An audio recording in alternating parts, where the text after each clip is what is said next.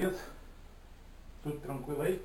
Nada melhor que no domingo de manhã a gente fazer um simulado de matemática, né? Então eu preparei esse simulado aí, 10 questões da Fundatec, baseado no material que eu já apresentei, né?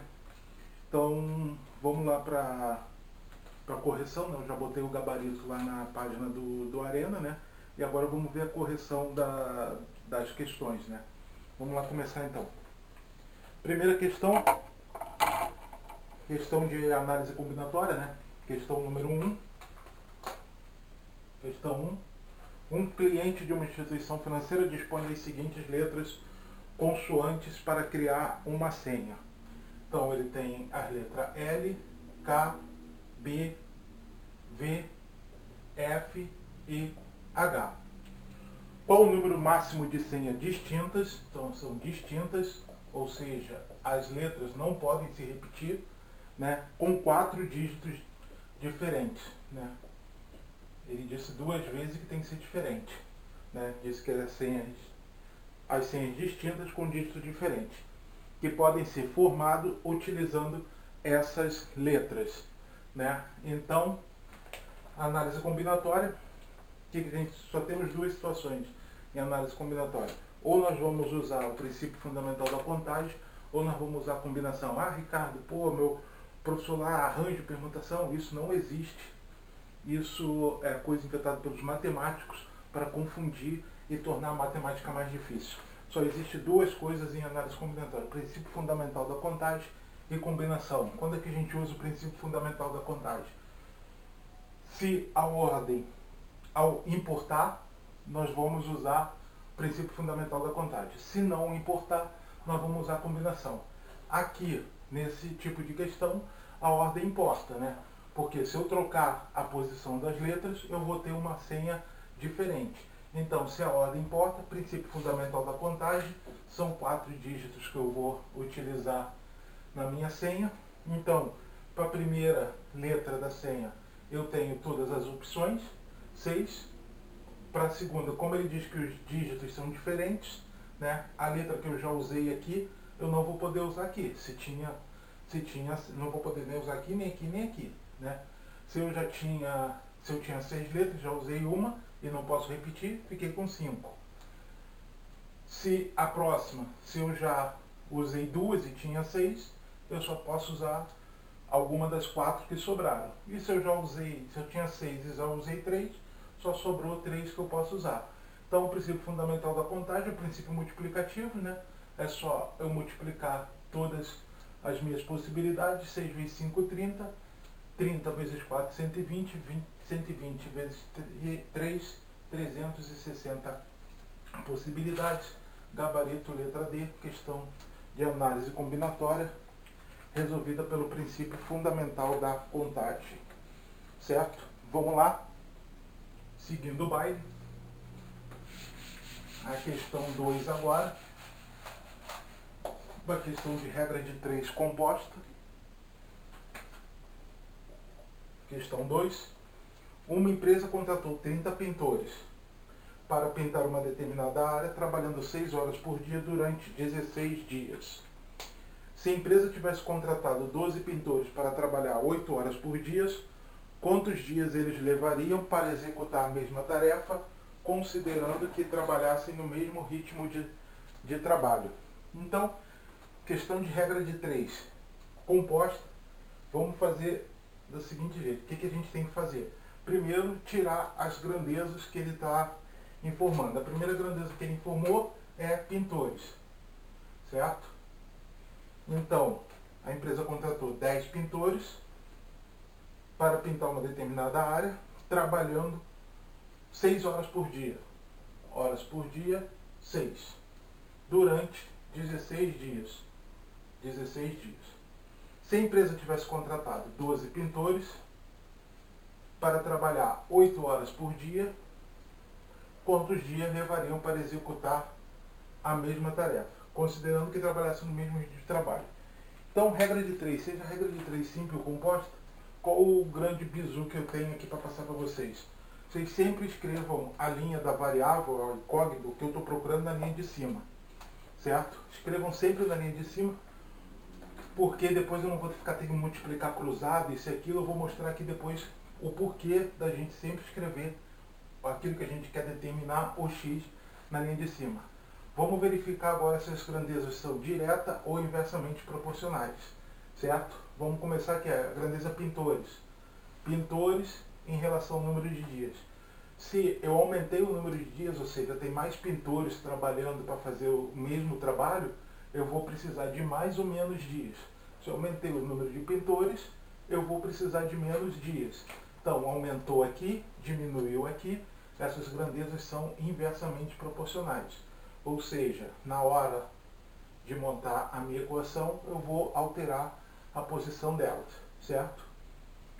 Horas por dia e dias. Se eu trabalhava 6 horas por dia, agora estou trabalhando 8 horas por dia, ou seja, eu estou trabalhando mais horas por dia, esse trabalho que eu estou fazendo, eu vou fazer ele menos dia, porque eu estou trabalhando mais horas por dia, né? Então, aumentou aqui e diminuiu aqui, as grandezas são inversamente proporcionais. Se diminui de um lado e aumenta do outro, elas são inversas, certo? Então, as duas são inversas, eu vou ter que trocar na hora de resolver.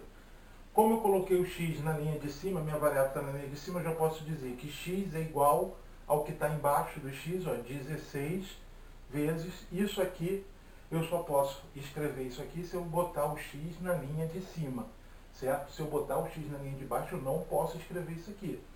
Se eu escrever na linha de cima, eu já posso dizer que o x é igual ao que está embaixo dele, certo? Que vai multiplicar agora as outras frações. 12 sobre 10, como ela é inversa, eu vou ter que inverter. 10 sobre 12. E 8 e 6, como é inverso, eu também vou inverter 6 e 8. Agora, simplesmente eu só vou fazer essa conta, né? Ou ir simplificando, que é o mais fácil, né? Ó, 6 e 12, ó, aqui vai dar 2 e aqui dá 1, certo? 8 vezes 2, 16. 1 e 1, sobrou apenas o 10.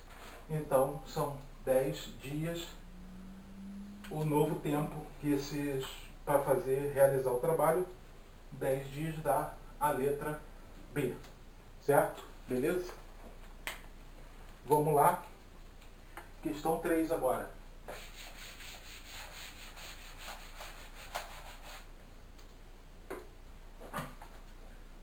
Questão 3. Em uma colheita de maçã, a razão entre a quantidade aprovada para consumo e a quantidade reprovada para consumo é de 13 para 3 maçãs. Então, a quantidade que está aprovada por consumo e a que está reprovada para consumo é da ordem de 13 para 3, certo? As aprovadas é proporcional a 13 e as reprovadas proporcional a 3. Considerando que se manteve a mesma razão, qual será o número de maçã aprovada para o consumo se colhermos 608 unidades? Então, as aprovadas por consumo mais as reprovadas para o consumo é igual a 608 unidades. Pronto, nós temos aqui um sisteminha de equações do primeiro grau com duas incógnitas, certo? Sistema de duas equações com duas incógnitas. Vamos resolver ele? Claro que não, né? Porque nós vamos utilizar a regra do Ricardinho, né? Que sou eu, para quem não sabe. Né? Nós vamos pegar esse K, nós queremos determinar aqui uma constante de proporcionalidade, que vai fazer com que eu vou achar aqui uma outra fração que é proporcional a 13 terços e vou descobrir o que ele está me pedindo, né? Ele está me pedindo A, ou seja, um número de maçãs que são aptas para o consumo. Como é que eu faço como é que eu determino esse K? Eu vou pegar a soma que ele me deu, 608, e dividir pela soma das proporcionalidades que ele me deu, 13 mais 3. 608 dividido por 16, isso na matemática antiga vai dar 38, certo? Se eu pegar 608 e dividir por 36, vai dar 38. Ele quer as maçãs aptas para o consumo. As aptas para o consumo é proporcional a 13. Então, é 13 vezes o K, 38. 8 vezes 3, 24, vai 2. 8, 104. 494. 494, o gabarito é letra E. Se ele quisesse as que não são aptas para o consumo, seria 38 vezes 3, certo? Beleza? Então a gente não precisa resolver esse sistema de equações. Usa a técnica do Ricardinho, que você vai ser feliz mais rápido, certo? Beleza? Então vamos para a quarta agora.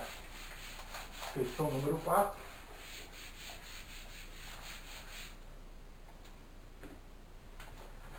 Questão de porcentagem. O projeto de uma ponte com 1.200 metros de extensão precisa ser dimensionado com 4 pontos de sustentação. A carga máxima suportada pela ponte será de 18 toneladas. Os 2 pontos centrais de sustentação receberão cada um 30% da carga da ponte, e o restante da carga será igualmente distribuído entre os 2 pontos restantes. No caso de carga máxima, as cargas recebidas pelos pontos centrais e os outros 2 pontos, respectivamente, são... Então, basicamente, o que ele diz é o que? Ele tem uma determinada ponte, existe dois pontos de sustentação central e mais outros 2. Esses aqui eles têm que ter 30% da carga de sustentação e o restante vai ter dividido iguais entre eles, certo? Ele diz que a carga máxima que a ponte aguenta é 18 toneladas, então ele quer saber cada ponto quanto que ele aguenta de peso, né? Então o que eu vou fazer? Se é 18 toneladas a carga máxima, eu preciso achar 30% de 18, né? Então, pela nossa regra lá, 10% de 18 é o quê? É eu pegar a vírgula, 10% é eu pegar a vírgula e mover uma casa. Então, isso dá 1,8 tonelada, 10%, só que eu quero 30%. Então, vezes 3, 8 vezes 3, 24, vai 2, 54, uma casa, 5,4. Então, aqui, esse ponto aqui aguenta 5,4 toneladas, esse aqui 5,4 toneladas. Se eu somar os dois, né, 5,4 vezes 2 dá 10,8, né? 10,8 para 18 falta 7,2 toneladas. Se é igual, o peso vai ser distribuído igualmente entre os dois que falta, é 7,2 dividido por 2, que é 3,6 toneladas. Então aqui aguenta 3,6 e aqui também aguenta 3,6. Isso aí, o gabarito é letra E. Certo? Vamos para a próxima, essa foi a questão 4.